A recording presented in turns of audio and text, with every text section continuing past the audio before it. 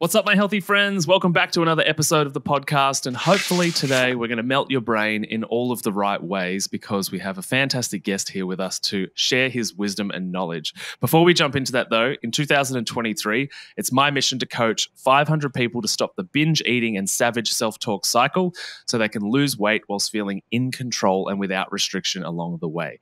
And if that sounds appealing or resonates in any way, please scroll down to the show notes, click the link and start a conversation with me to see if you and I are a match or not. So with me here on the podcast airwaves, we have Dr. Peter Kozlowski, otherwise known as Dr. Koz, whom is a functional medicine doctor. He started as a mainstream Western medicine guy, and then, as you might be able to imagine, like many of us do, he had his own experience and own interface with the system from the position of being a patient. But not only that, he also had a senior clinician throughout his initial training that would prescribe patients vitamins. And this was the doorway that took him to where he is today. Originally, Dr. Kozlowski did his residency in family practice, but sometime later started training in functional medicine. He trained in the clinics of some of the big dogs in this world, which you might recognize the names of, like Dr. Mark Hyman, Dr. Deepak Chopra, and Dr. Susan Blum.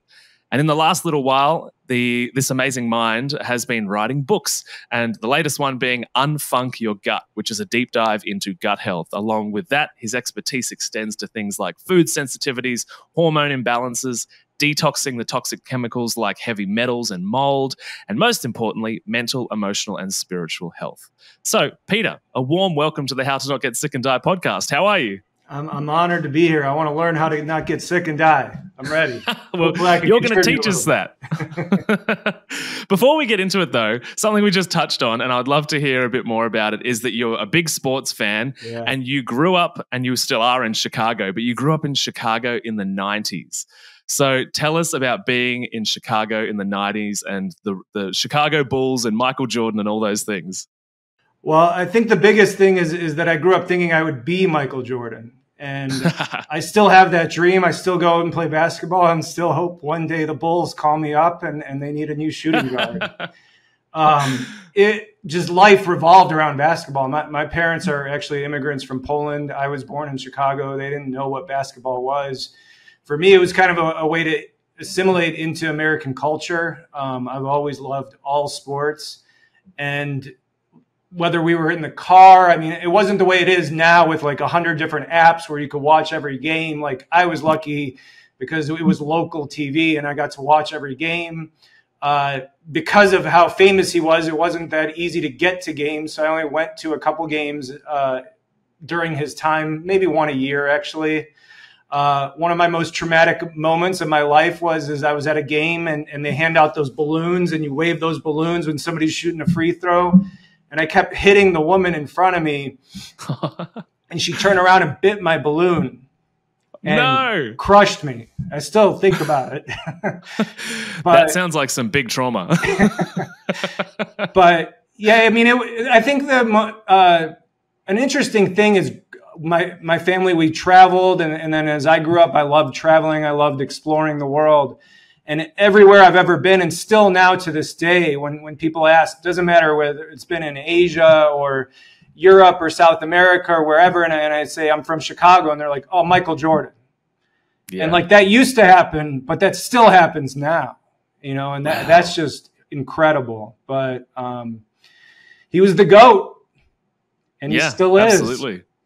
Well, and I think as well, the Netflix documentary series, The Last Dance, has really pushed the latest generation, like maybe the Gen Z, into that Michael Jordan awareness. And so not only was he already the biggest, name on the planet, which was actually amazing because there was no social media. Right. Like there was newspapers and the TV, but nowadays we can, find anybody anywhere in the world at any moment. But such an inspiring figure to grow up within some distance of, I would imagine. Yeah. Felt like I knew him. Totally. So I'm curious, let's get into this medical sort of stuff. Sure. I'm curious to hear from people that share, I guess, something similar to myself, which is that we worked in mainstream medicine for a period of time and maybe not only worked, but truly believed what I did. And speaking for myself there is truly believed that I was involved in the best possible system and idea about helping and healing people. And I guess something happened, which resulted in us being on the other side of the conversation, which is, I remember being referred to for a while in the hospital as the office hippie. and I'm now in a world that many of my former colleagues sort of roll their eyes at. So I want to know from yourself, in your journey, what were the epiphanies that you had that got you to go from sort of mainstream doctor focused on the symptom drug sort of ideology across to cause-based diet and lifestyle management approach of functional medicine? Yeah, I think my story is a touch different. I think one similarity between a lot of physicians and practitioners in this world I've met is disease, right? You're practicing in the medical world, you get sick and you're not getting better, and you realize, okay, what I'm doing isn't working, so I'm going to try something else. And for most people, that's more of like a physical disease. For me, it was a mental disease. So I'm a recovering alcoholic. Never dreamed I would say that, but I tried to stop drinking and I couldn't. I didn't think I was an alcoholic because I wasn't on the street. I was very successful. I was crushing it. But yet on the weekends, like, I needed to have way too many drinks. And so I went to treatment to try to figure out what was wrong. And the treatment was all about why.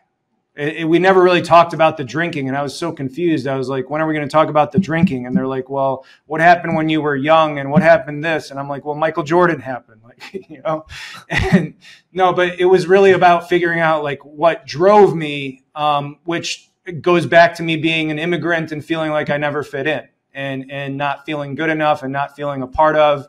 And for me, I discovered alcohol when I was like 13, and right away it fixed all my insecurities, and it worked for me until it didn't. But it was all about root cause, which was a concept. I mean, I was in residency. So when I went to treatment, I was an intern in residency. So my first year practicing, and like I'd been through 4 years of medical school, almost a full year of residency. Nobody ever really talked to me about why. It was learn the system and then learn what pill is going to fix that system without thinking about the other systems, right? Mm-hmm. So I would have thought I would have went to treatment for my problem, and they would have been like, well, let's just give you a pill for alcohol. And it was like, no, let's talk about meditation. Let's talk about acupuncture. Let's talk about yoga. Let's talk about therapy. Let's talk about your parents. Let's talk about your social life, all this stuff, the root cause. And so then when I went back to residency, as you mentioned, I had this mentor that we used to make fun of. We thought he was a joke. Like whenever he would come on to service and he would have us prescribing vitamin D and a multivitamin, we laughed at him.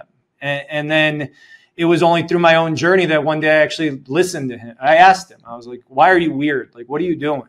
And he's like, well, I'm studying functional medicine. And so we were required to do some kind of CME, continuing medical education, and they paid for it. And I didn't know what I wanted to do. It was either like sports medicine or let me check out this functional medicine thing. And so I went, and within the first hour, I was just like blown away. Like it was all being taught from anatomy, physiology, biochemistry level, like how things work, why they work. I was like, why have I not been taught this? And that it lasted a week, and it was a long week, morning to night. And I was the youngest guy there as far as like in career wise. I don't know about age wise, but all these older physicians that were established surgeons and ophthalmologists and all this different stuff. And I was like, what are you guys doing here? And they're like, this is the future of medicine. And that was 2011. And they're like, if you're just starting, you should do this. And I was like, kind of like, screw it. I don't have anything else that I really like am passionate about. This sounds interesting, so I'll try it. And the other thing is that the reason I went into medicine is when I was a senior in college, my best friend was diagnosed with lupus and during spring break and passed away 3 months later, which is kind of like an unheard of progression of lupus. Yeah, absolutely. But by at that point, 4 years of medical school, 1 year of residency, I already kind of knew I wasn't going to be helping anybody with lupus, right? And now I could say I can't even count how many people I've helped go into remission from lupus because of functional medicine. So I think deep down, that subconsciously, I knew what I wanted to do, and I found a way to do it. I got lucky. Yeah, that's incredible. It sounds like it found you at the right time, because I know from my own life experience of simply being a man, let alone being a man in a Western medically educated world, is that the idea, of where you came to, which was, all of these ideas about, let's talk about your parents, let's talk about your emotions. It's like most people are really resistant to that kind of stuff, especially men and especially doctors. I stomped my feet. My therapist, she remembers, I'm still friends with her, and I literally was stomping my feet like, I'm not doing this. Like that's how bad it was. I can imagine. Yeah. So you went into this world. How many years ago have you been? How many years have you been doing the functional medicine thing now? I graduated residency in 2014, and so I've been in solo practice 2014. The first year was kind of a mix of traditional and functional, but really since 15, it's been just pretty much straight functional. So I didn't spend too much time in the traditional world besides residency and kind of that first year. So it's been 10 years almost. Yeah, nice.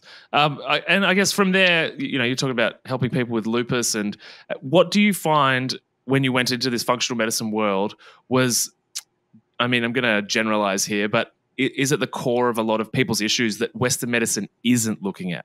Is it toxins? Is it heavy metals? Is it hormone imbalances that the medical system won't check for because it costs too much money?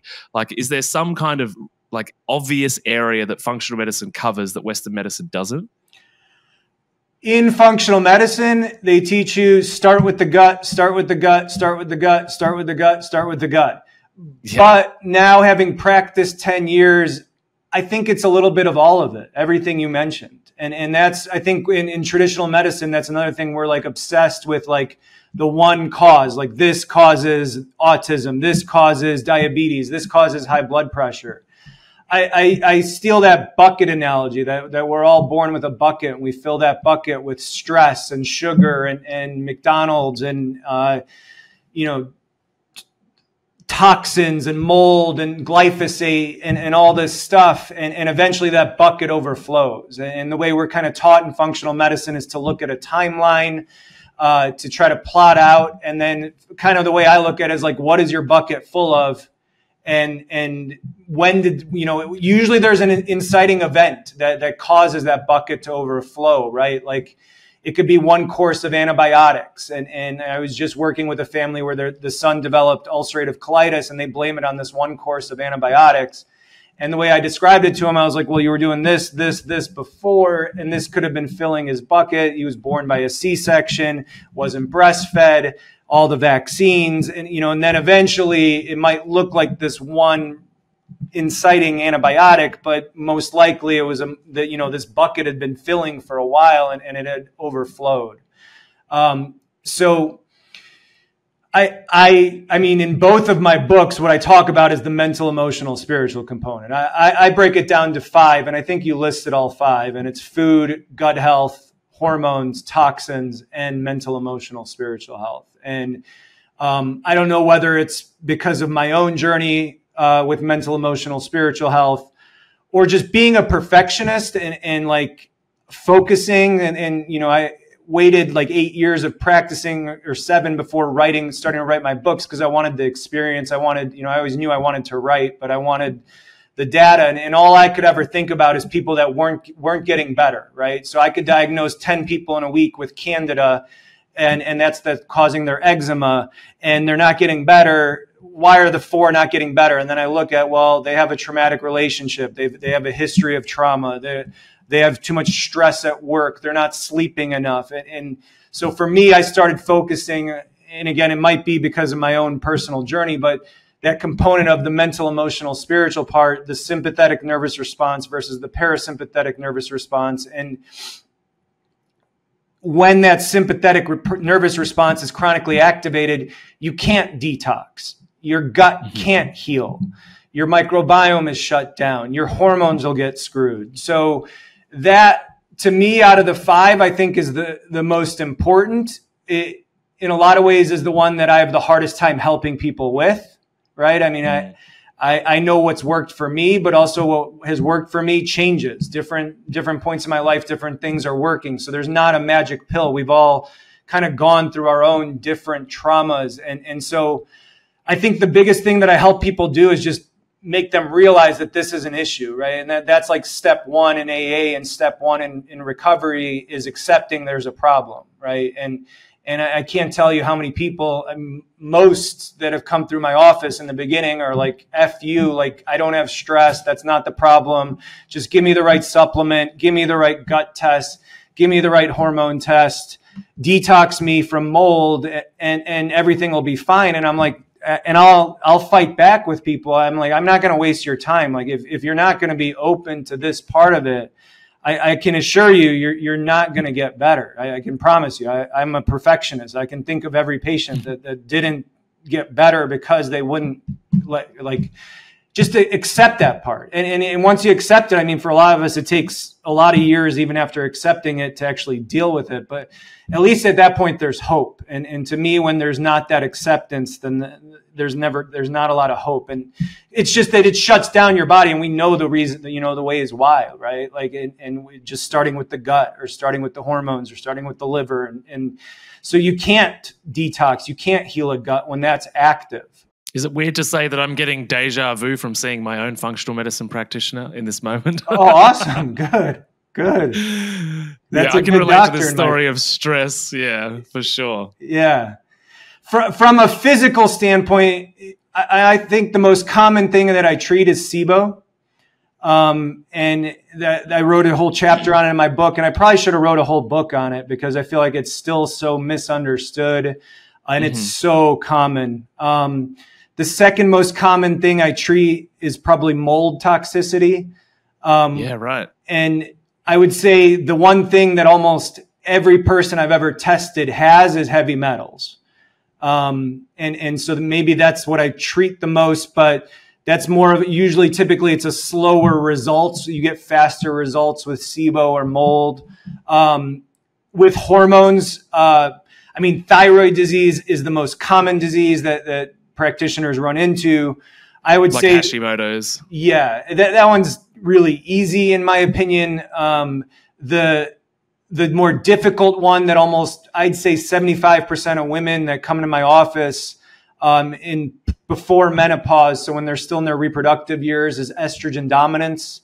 It's such a common condition. And when you can correct that, so many things improve. Food sensitivities, you wouldn't be a functional medicine practitioner if you didn't start with food. So I think those are some of the highest yield things, but I think the one that can block all of it is that mental, emotional, spiritual part. And that's why I'm so passionate about it.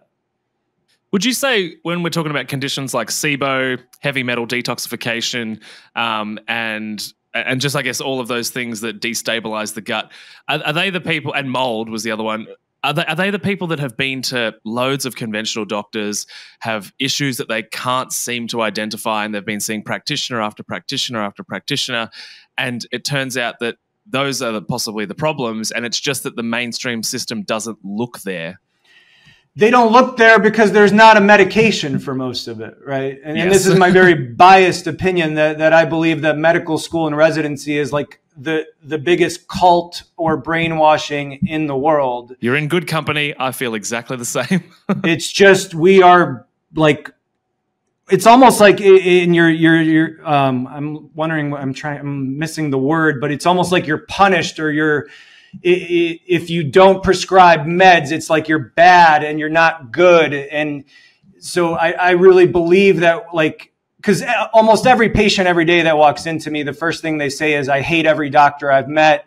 Most of the patients I see now have been to most of the university hospitals, Mayo Clinic, Cleveland Clinic.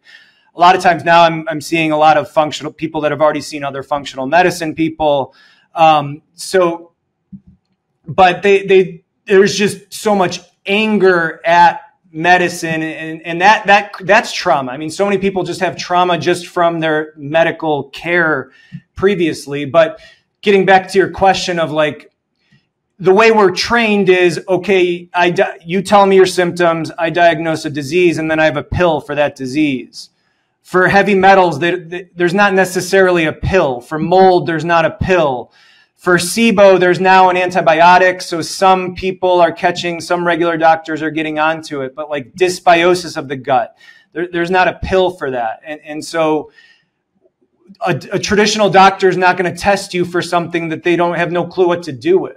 And one thing that I try to do is also take it easy on physicians, because just how much hate I hear is that, like, I think physicians go into it for the right reasons for the most part. Like, you want to help people.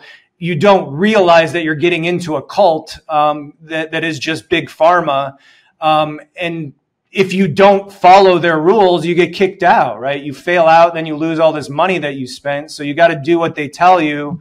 And it's so I try to take it easy and explain that to patients, because I don't think people that haven't been through the medical training understand it. But I kind of blame big pharma, which then gets into politics, and I mean it's all connected. And traditional medicine to me is the greatest business model in the history of the world. Absolutely.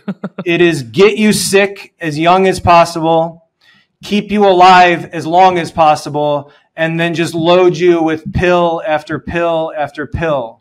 Well, and that alongside the other $1 trillion industry, which is like fast food and sugar.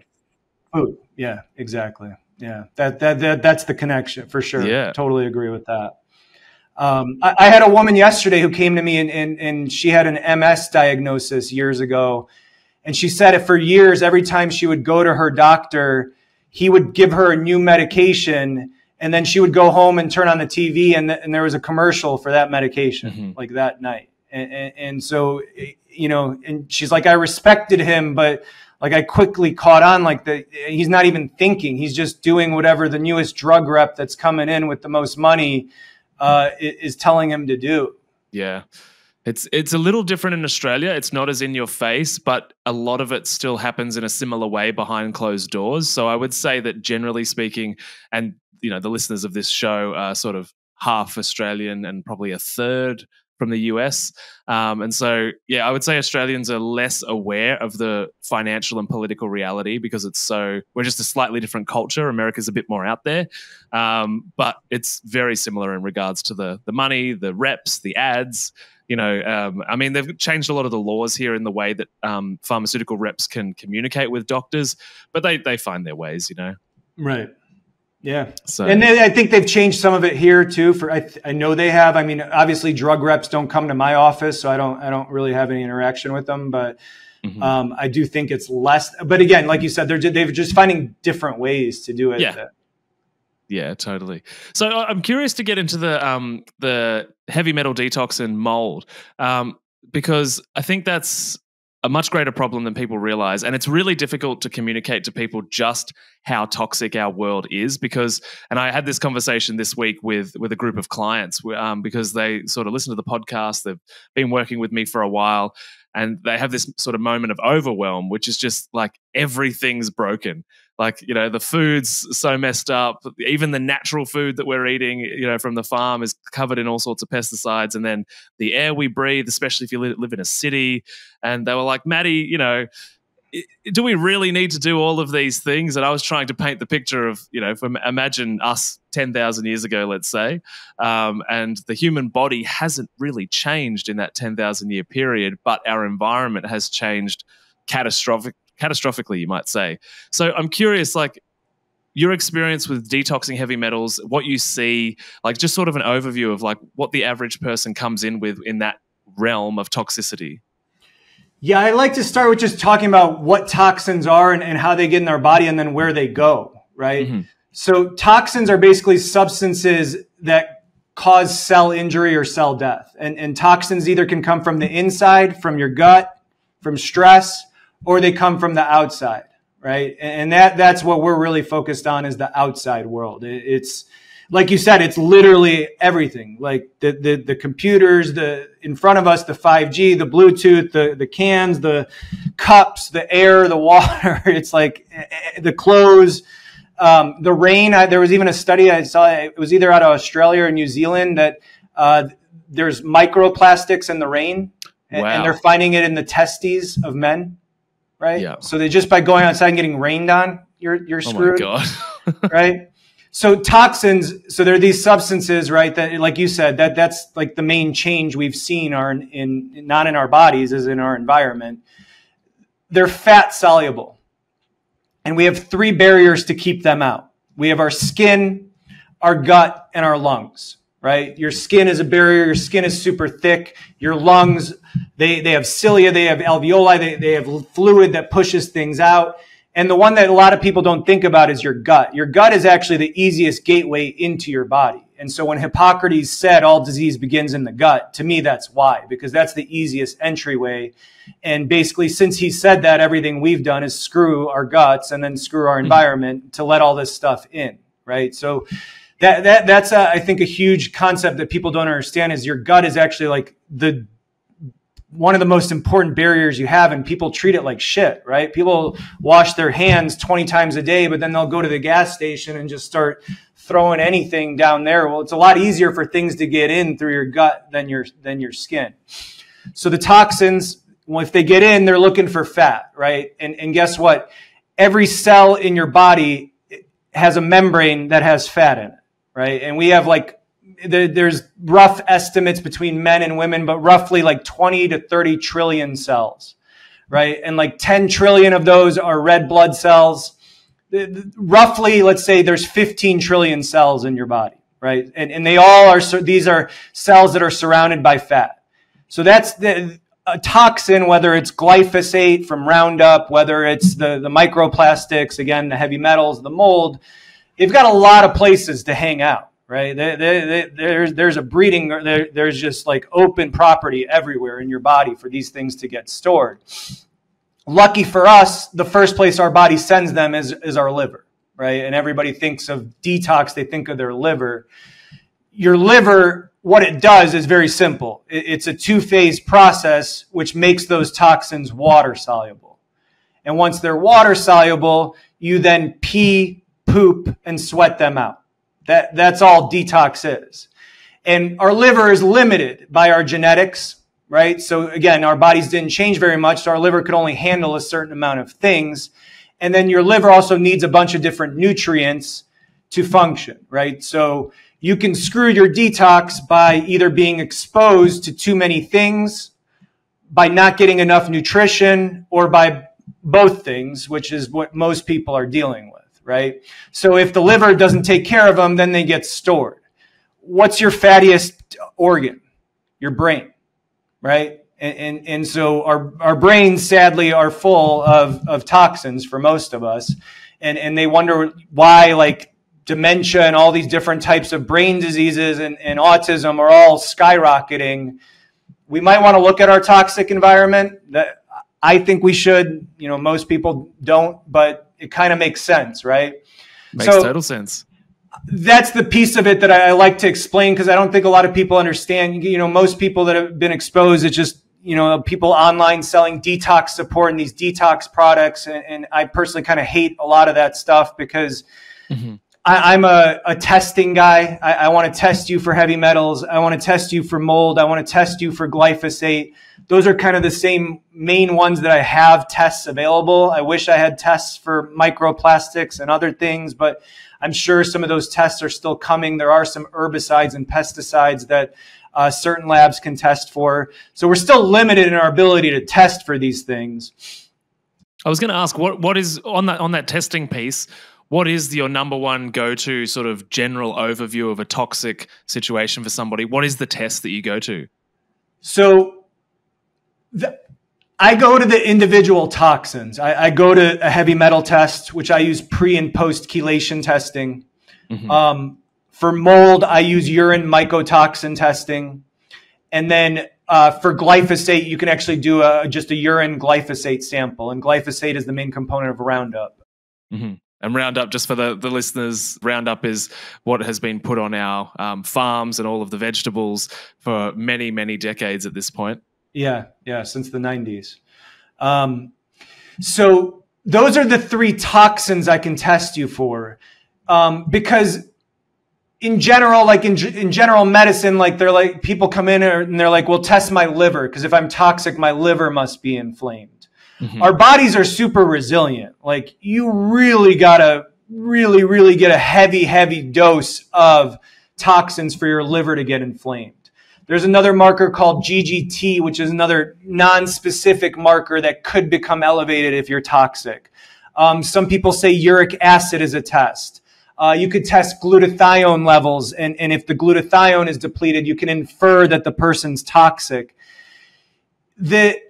I think that's a major difference between general or traditional medicine and functional medicine too, is I'm not looking at your acute toxicity. Like it doesn't take a genius to figure that out. Like if you got a bunch of lead in your body and you're acutely neurologically ill, like the kids in Flint, Michigan here were in America were a few years ago, that's not difficult to diagnose. What the concept we talk about in functional medicine is total toxic body burden, right?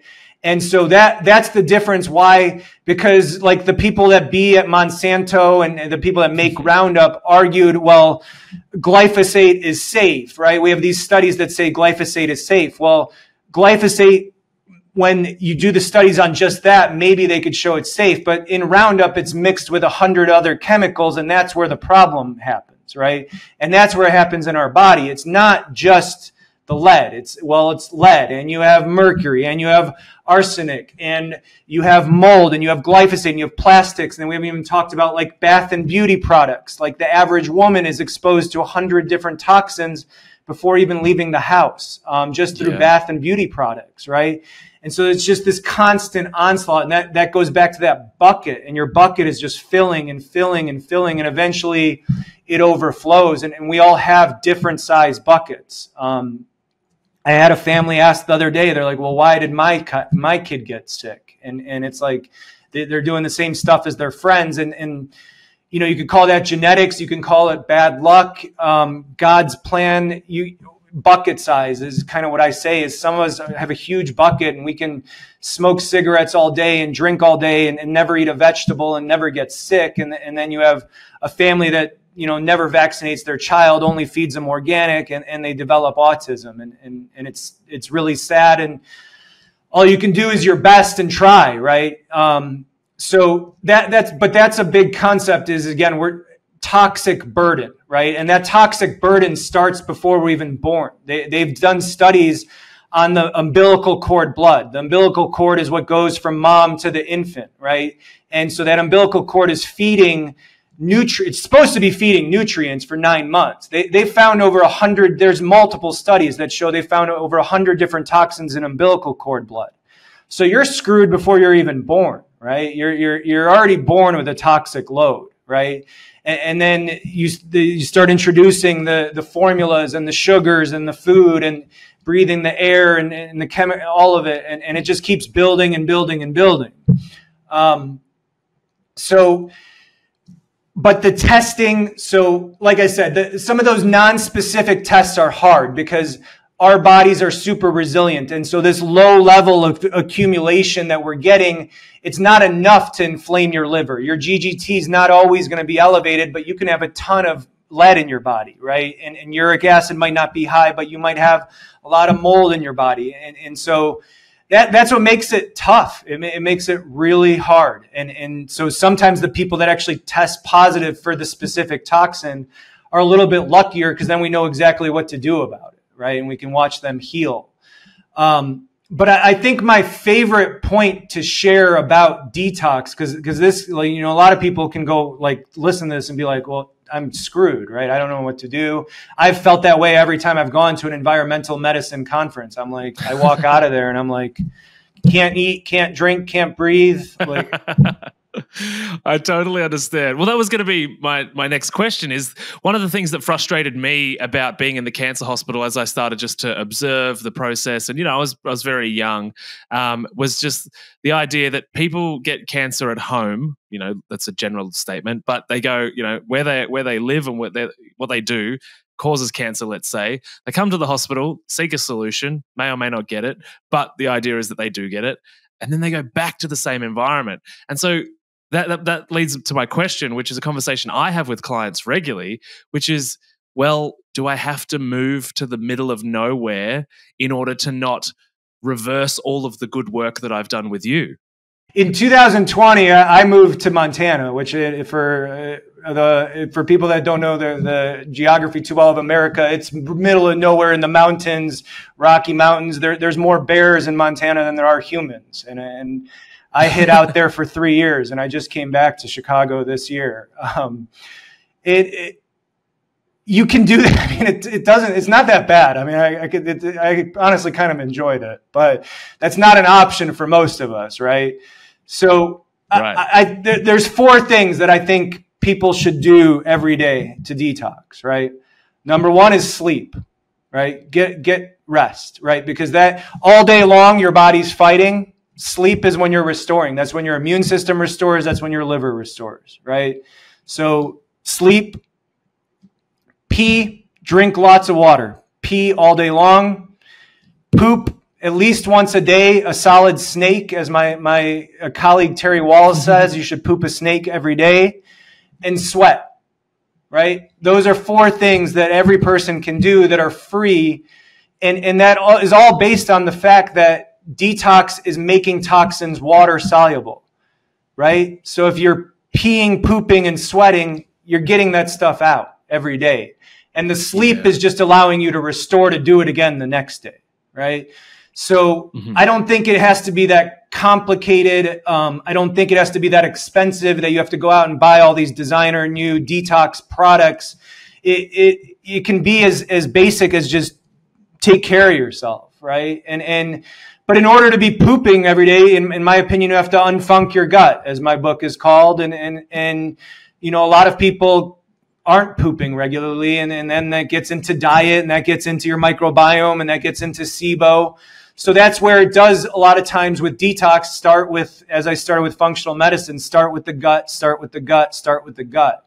So if you're not pooping regularly, then you're not detoxing regularly. So that's your first goal is figure out what the deal is. There's something with your diet, there's something with your microbiome, or stress.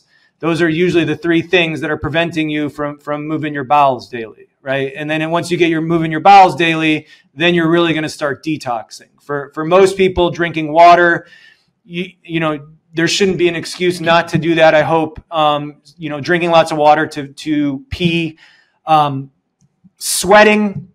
You know, the free way is to get outside, go for a run, go for a walk, do whatever you can tolerate. One of the more advanced ways that I really like is infrared sauna.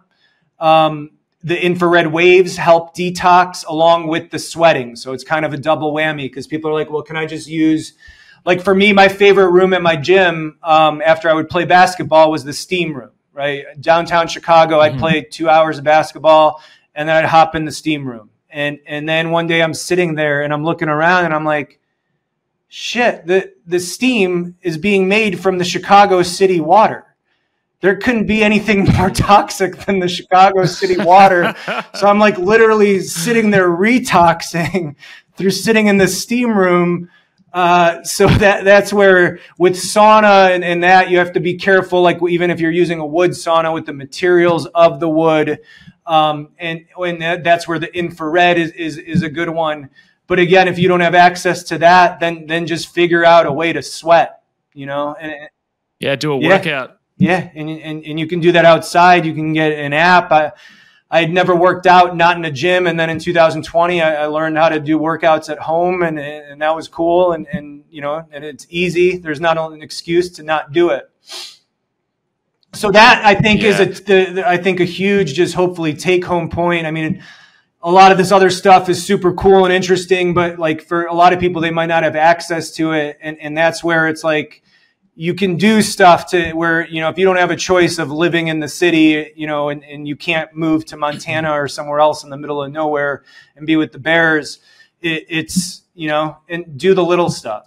Yeah, well, and I think as well, because I totally agree with you, a lot of those biohacking, detoxifying things for your environment are very expensive, and they're hard to come by. It's hard to know who to trust because the biohacking space is, you know, sort of such a small group of people. So I often encourage people to go in the other direction. Instead of adding things to your home, it's much easier to detoxify your environment via subtraction.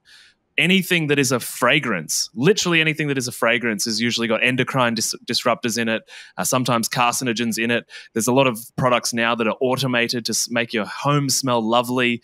If it smells lovely and it's not an essential oil or a food, it's probably highly toxic. So subtracting out those false fragrances from the home, which I think are extremely popular.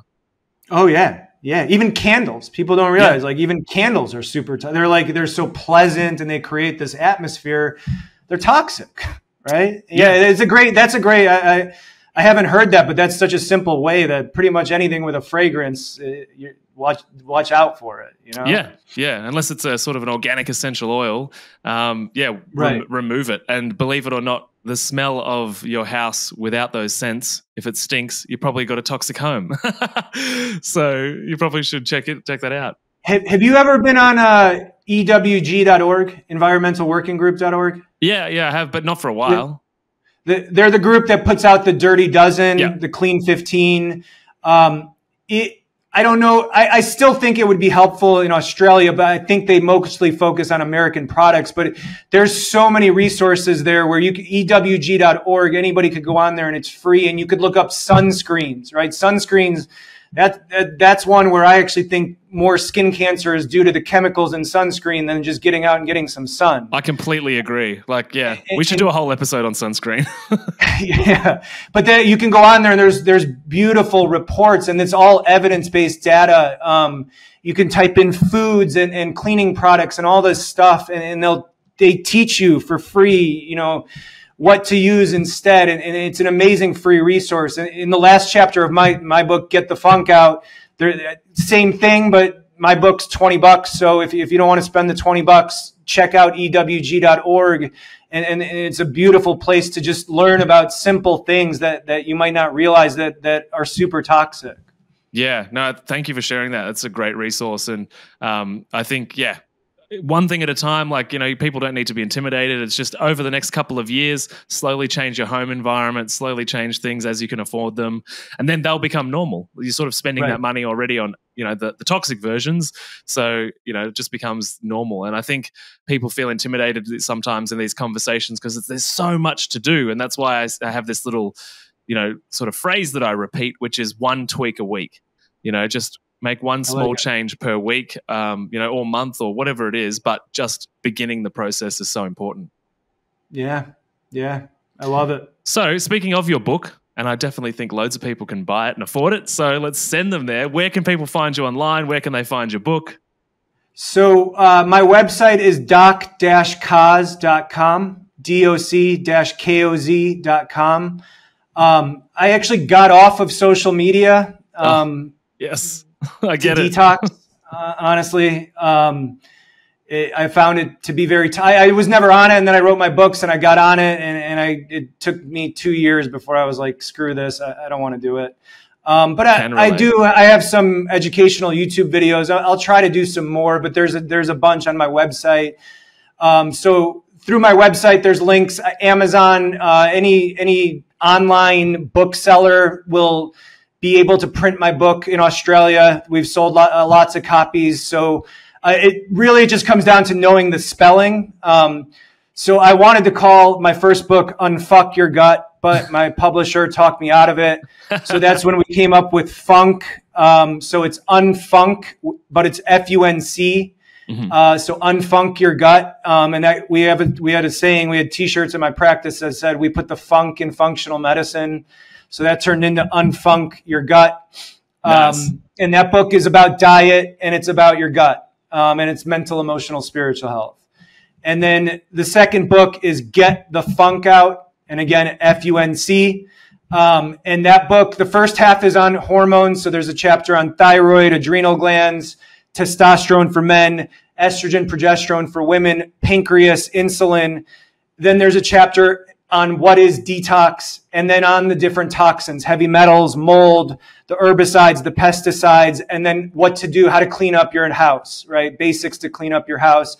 And then kind of in between is the connection between hormones and toxins. And it's my argument that I think the main reason, and I think I make a pretty good point with 300 references, that our hormones are getting so screwed up is our toxic environment. Yeah. and I don't want to limit it. The part that I kind of regret is toxins aren't just screwing our hormones; they're screwing everything. Yeah. I just wanted to put the two together, but they're not just screwing our hormones; they're screwing up everything. I think both books are great. If you're looking for a starting point, I would probably start with the gut book, because that's where it all begins. Mm-hmm. Not my words. That's Hippocrates. The books, any online bookseller will be able to print them, get them to you through my website. And those are the major places. Anybody could email us through our website, phone numbers there. And maybe one day I'll do social media again. For now, I do have a lot of podcasts out there. If people want to hear more, just look me up, my name. I think the key to social media for those of us that don't enjoy it and feel the toxicity of it as people that have personal brands is to hire somebody that posts on your behalf. Hire a team member. Yeah, maybe I might do that one day. Yeah, so I'll put all of those links down in the show notes below for everybody. So if you have loved Dr. Koz and you want to check out any of his stuff, please scroll down to the show notes below, click the links, get into his world, get in contact if you need support in this area of your health. And there's many other areas that Dr. Koz is proficient in. So check out him. We're going to have you back at some point, Dr. Koz, because this conversation's been awesome. So I'd love to have you back. Yeah, I was going to say maybe we get back and talk gut. Or get more into the test, any direction, anybody, whatever your listeners want. I love educating. I love talking. So as you guys can see. That's why we have podcasts, because 60-second reels on TikTok aren't long enough. Anyway, thank you for being here. Very grateful for your time. And to finish up this episode, what is one piece of health information that you wish more people knew about?